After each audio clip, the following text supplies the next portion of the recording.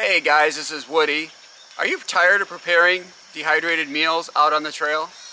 Well, today I'm going to be showing you 3 lightweight portable oven concepts to make your next trip out of the park.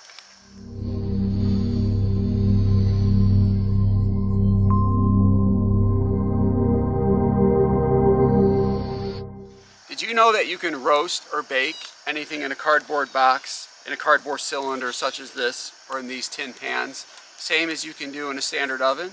Well, I'm going to be showing you how to create these.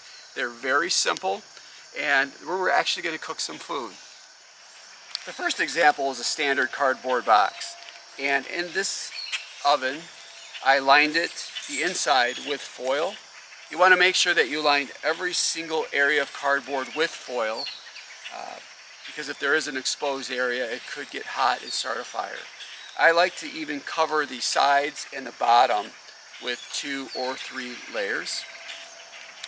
This box is nice because it's going to give me an area for the coals on the bottom.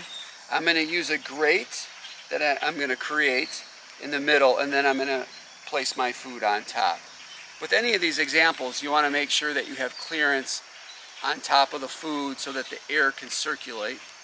I try not to tape or staple any of the aluminum foil on the inside. I prefer to fold it neatly and tightly on the inside. If I have to attach it to the box or the canister, they do make an aluminum foil tape, and I typically will just tape it on the outside, eliminating it on the inside. I'll be using skewers for the grate because I know that they're stainless steel and they're safe for heating. The oatmeal tube is another example that I like.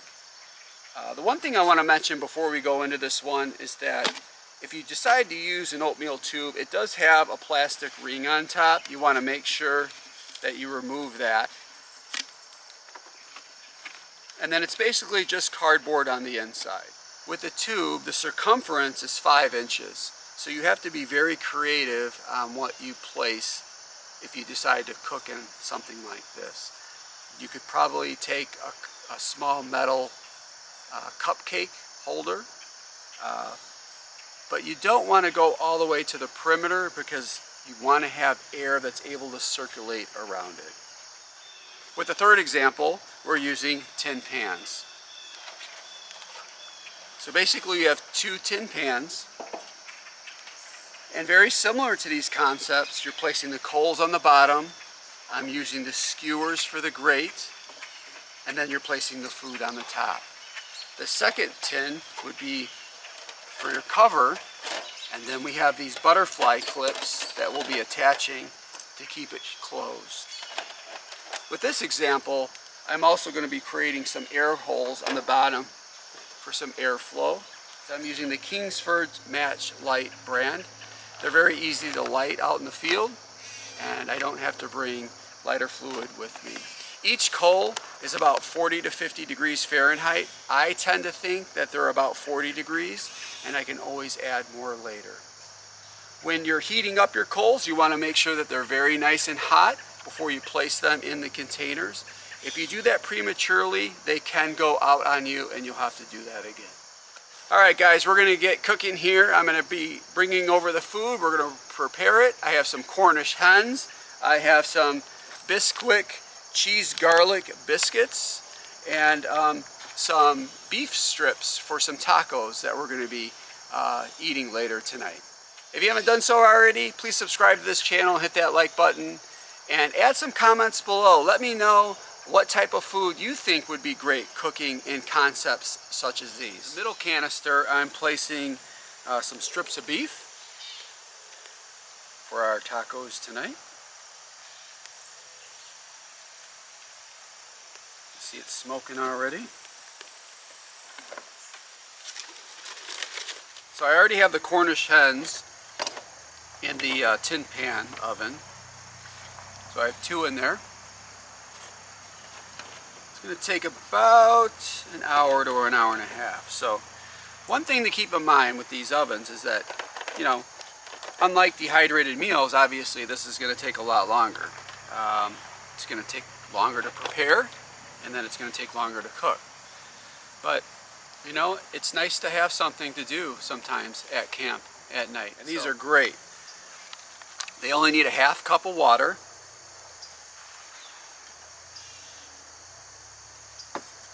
And then I have these non-stick pans that I'll be placing them in inside the oven.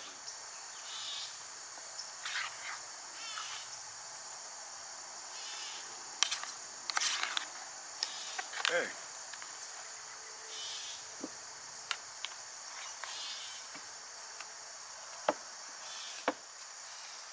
All right, we are going to have the coals in now, and we're going to be placing it in there.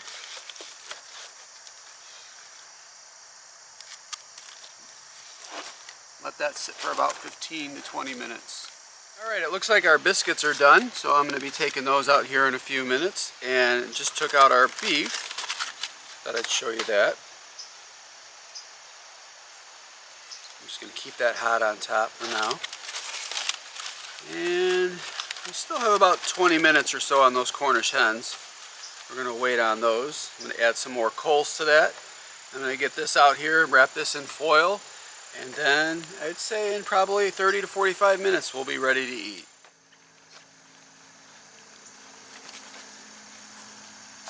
Hey guys, welcome back. We're finishing up here and the Cornish hens turned out amazing. They took about an hour and a half, a little bit longer than expected, but a complete success. The beef turned out really well. We cooked this in the cylinder oven. It took about 20 to 25 minutes. And then our biscuits did well in the box oven in about 15 to 20 minutes. I think all of these options are great for a backpacking trip or a car camping trip. But if I could make one recommendation, especially if you're planning on doing something like this on a backpacking trip, I would recommend the tinfoil pan version, just because it is very lightweight. It only weighs 20 ounces, and that includes the coals, the tongs, the pans, and the stainless steel skewers. Adding some food to that, you're probably looking at about 1.5 pounds, maybe 2 pounds if you were to do something like this. But all in all, complete success. Thank you so much for watching.